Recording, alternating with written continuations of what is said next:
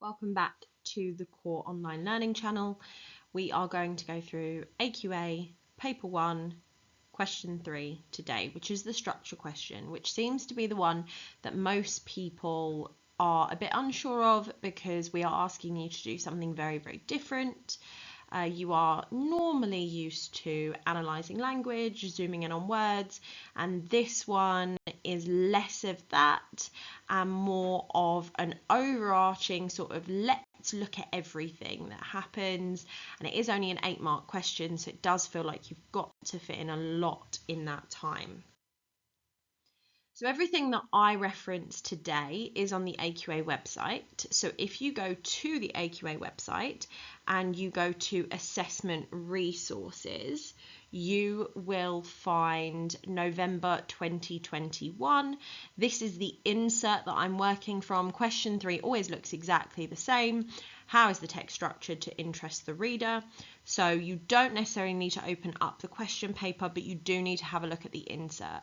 So I would pause the video now and have a read over the insert just so you know what I'm talking about.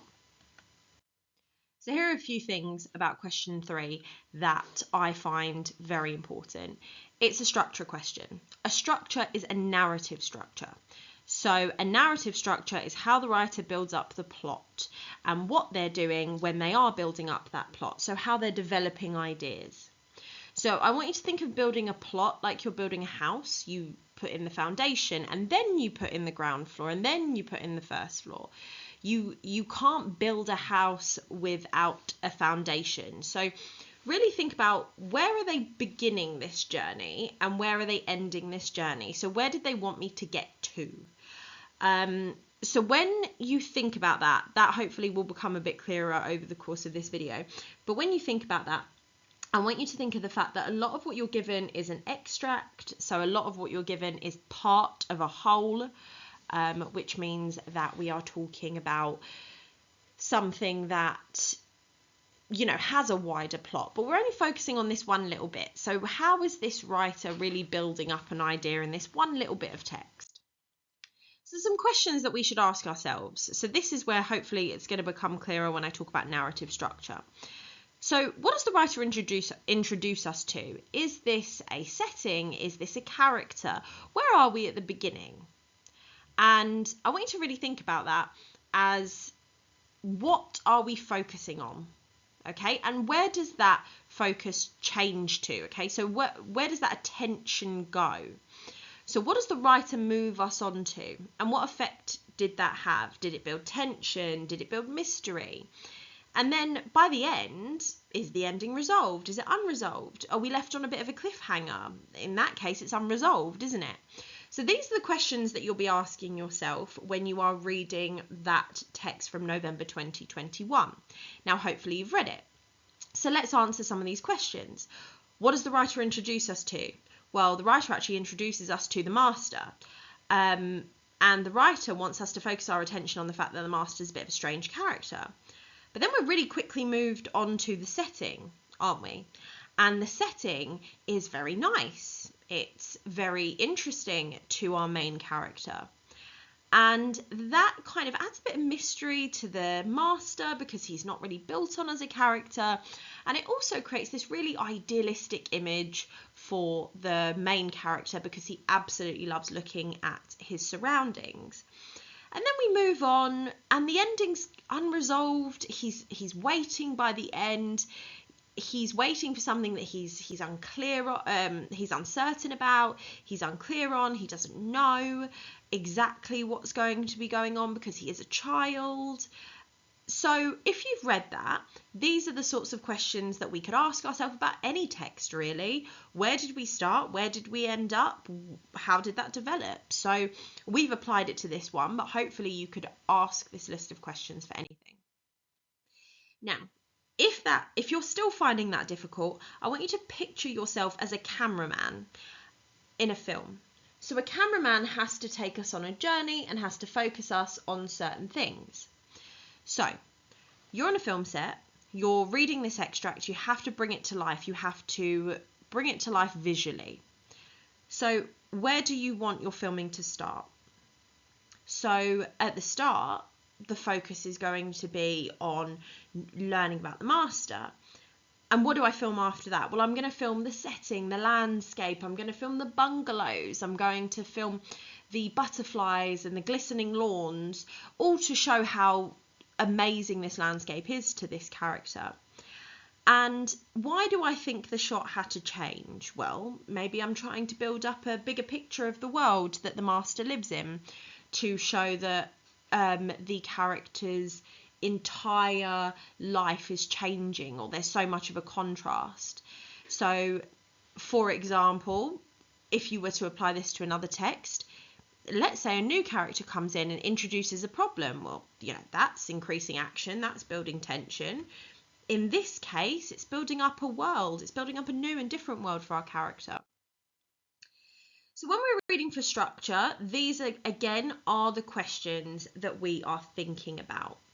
So think about these questions now in terms of the November 21 extract that I was talking about, and think about where we're going to go with these. So here are some examples.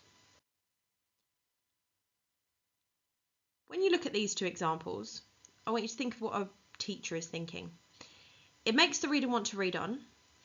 This gets the reader questioning. Both of these, absolutely unnecessary. They're not specific. So it makes the reader want to read on. That's the point of a book. I don't think any writer in the history of the world has ever sat down and said, I want to write this book and I don't want the reader to read on. So it's not specific enough. It doesn't prove that you've actually read and understood the text. It proves that you understand that writers want to sell books. This gets the reader questioning what? It's not specific enough. It's not talking to me about the feelings that you believe this part of the plot is stirring in the reader. It's just completely unnecessary. It's wasting your time. It's not good enough for you to get a good answer and to get good marks out of that answer. So here's how we improve it.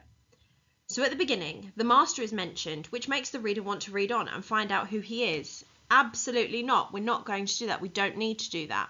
Of course we want to read on to find out who he is. Again, that's the point of a book. Why would I buy a book that I didn't want to read? So let's improve this and let's look at the second one. At the beginning, the reader is introduced to the master character with a few details that make him seem strange and mysterious. He is described as crazy and does not always return greetings. Now, I'm going to get a few marks here. So in the first one, they've mentioned beginning too, so maybe I'll give them some marks for that. But let's look at the second one. At the beginning, so we've got the word beginning. This is perfect, this is great, this is exactly what we want. We're talking about structure here, we're talking about where we start.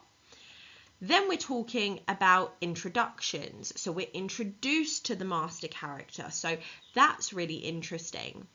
And that introduction of a new character is where we start our extract. So that's structural again. Then we've got a really specific point. It's not saying makes the reader want to read on. It's saying it makes him seem strange and mysterious. That's specific. He's strange. He's a mysterious character. Okay, perfect. That's what the writer was trying to do. You're always thinking about what the writer's trying to do and how they're trying to do it. Well, how do they do that? They describe him as crazy. They say he does not always return greetings. So in this, you're getting marks for being specific about effects, for using structural techniques like beginning, introduction, and for using a few short quotations. Remember, you don't always need a quotation. A textual reference does not have to be a quotation. It could be just mentioning something that's happened. But here, we've taken one sentence that wasn't particularly good, and we've written two sentences in probably about the same amount of time that actually will be getting us marks. So I want you to step away from those really bad habits of saying it makes the reader want to read on, or things that are just not very specific when it comes to this question. So I've written a completed model here. At the beginning, the reader is introduced to the master character with a few details that make him seem strange and mysterious. He is described as crazy and he does not always return greetings. The master's world is developed, so that word develop is really good because you're talking about how the plot is changing. As we see a huge contrast another technique there, between his world and Ugru's world. The writer chooses to focus on this contrast throughout, as the smooth streets and bungalows painted the colour of the sky differ from the hut with a thatched roof where Ugru currently lives. This quick introduction to the master and slow build-up of detail builds anticipation for the reader. So again, we're anticipating a big change in this character's life, and we're finding that interesting. The word introduction, again, is getting us some marks, talking about the pace as well, saying it was quick. It was a quick introduction to the master, and then there's this slow build-up of detail, talking about what goes quickly, what's slow, how the pace changes in a text. That's also really good, because remember, that's all about the plot. As a writer, you're going to choose to focus on some things quickly and then focus on some other things in more detail, and it's going to really slow down what you're doing. It's going to draw attention to things. When we eventually get to the end of the extract, there is a very anticlimactic ending.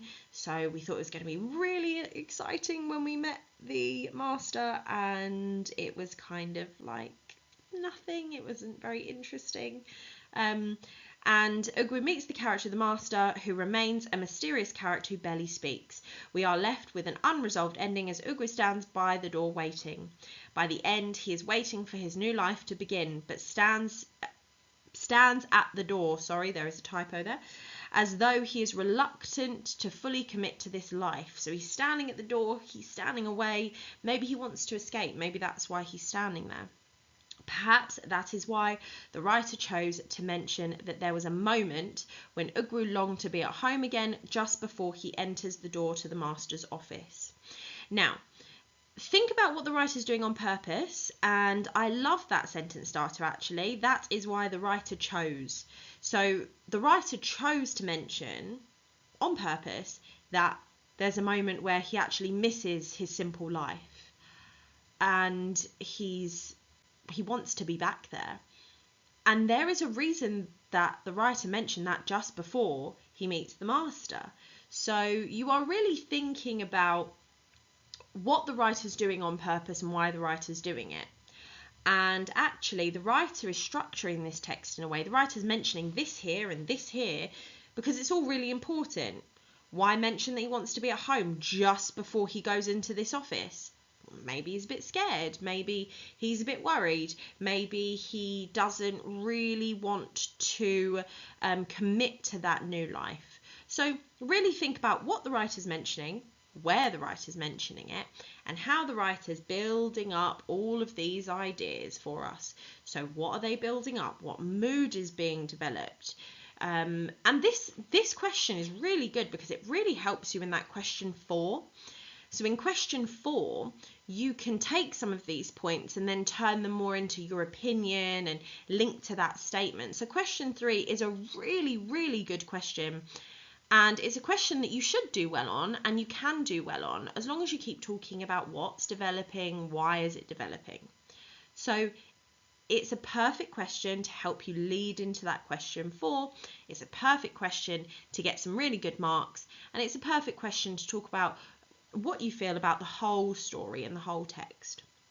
So question 3 is really important, and hopefully this video has made it a little bit clearer to you. So don't forget to like and subscribe, and check out our other videos on English, maths, science, and all of the other topics that we have covered. Thank you.